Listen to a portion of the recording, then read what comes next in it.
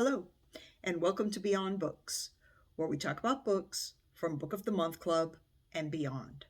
As most of you are probably aware by now, I recently participated in the Booktube Prize Octofinals, and I participated in the fiction category, and I judged the group H. And I know that doesn't mean much to you right now, but I'll tell you about the books that were in Group H. So first, let's talk about being a judge in the Octofinals. Basically, what you do as a judge is you read 6 titles, which are assigned as a group. And as I say, I was in Group H, and that is from a list of 48. You have 2 months to complete the reading, so it's the months of February and March. And then you simply rate the books 1 through 6. You have to have your ballot turned in by a certain date at the end of March.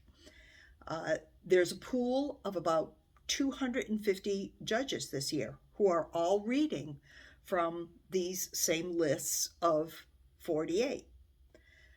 Because the same goes in the nonfiction category as well. So in this way, all the books get read along the way as they are compared and ranked. So a lot of pages get turned before the overall winner is announced, and that won't be until the beginning of October 2024. We've had the Octofinals, so now the rankings are compiled, and the ones with the best composite scores move on to the quarterfinals. So that's what's going on now. Results are announced from the Octofinals on April 1st, and now the field is cut in half, and there are only 24 books that are moving on in each category, fiction and nonfiction. So now the same thing happens again. Groups of 6 books are assigned, and they're read over the next 2 months, and then the field will be halved again, and we go to the semifinals. So until the results are announced for each round, the judges don't post anything about the specific books they're reading or discuss them among themselves. I didn't even read anything online about the books that I was assigned, except what I already knew before the round even started. So let's talk a little bit about what I read. So these are the books here. We have So Late in the Day by Claire Keegan. Now these are in no particular order. Land of Milk and Honey by C. Pam Zhang.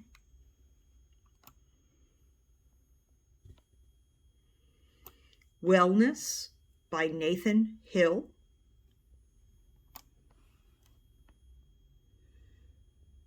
Burnham Wood by Eleanor Catton. The Vulnerables by Sigrid Nunez. And Let Us Descend by Jesmyn Ward. So, what do I think of these books? Well, in the coming days, I'll post full reviews of all of these books.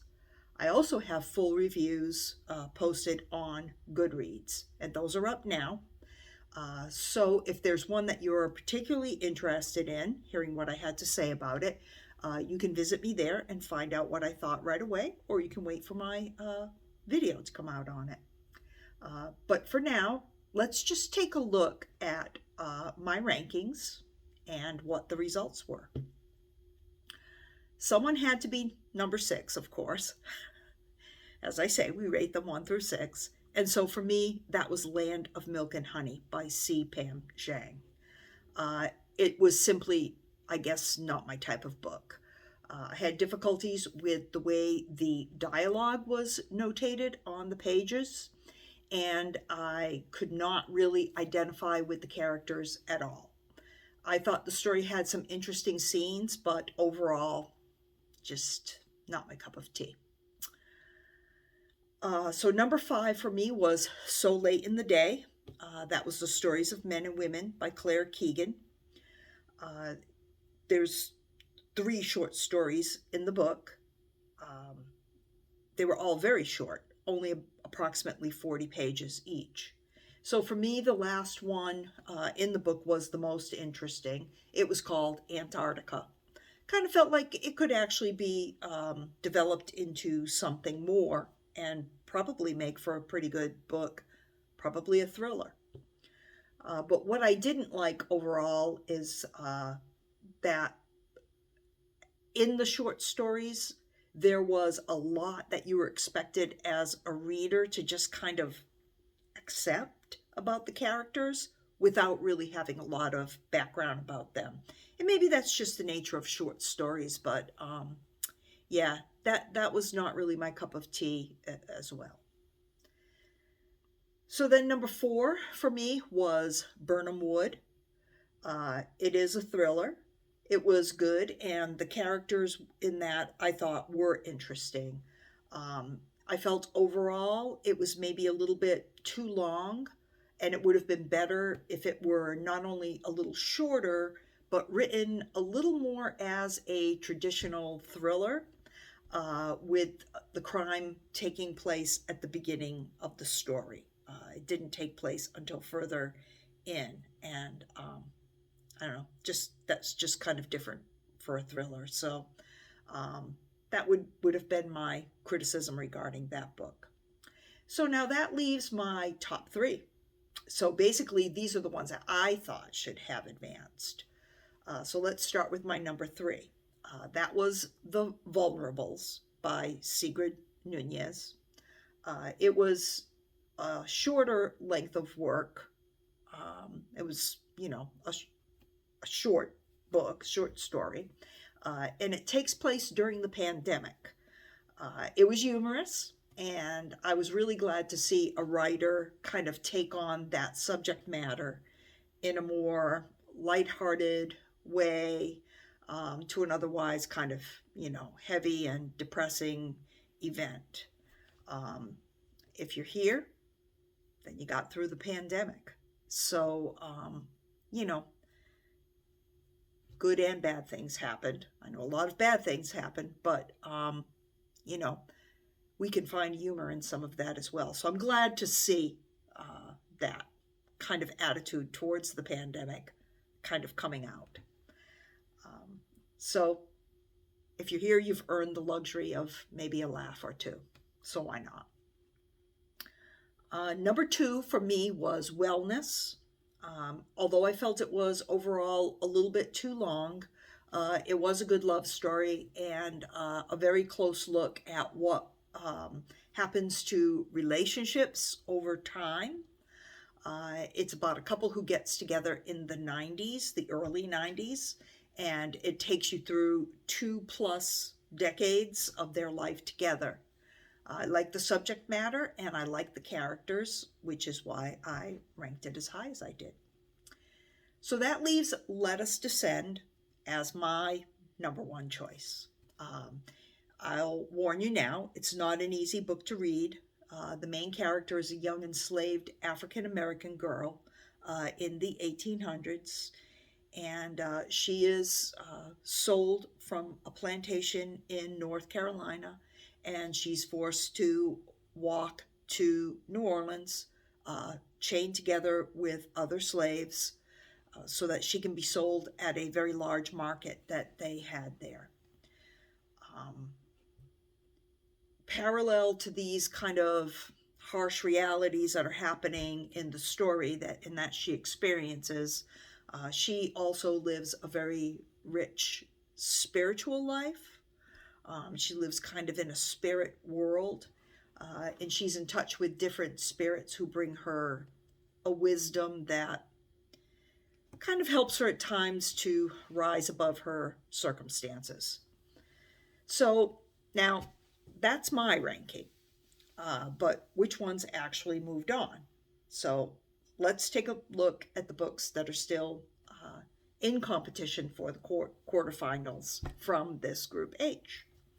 Well, The Vulnerables and Wellness, did move on, and they were in my top 3.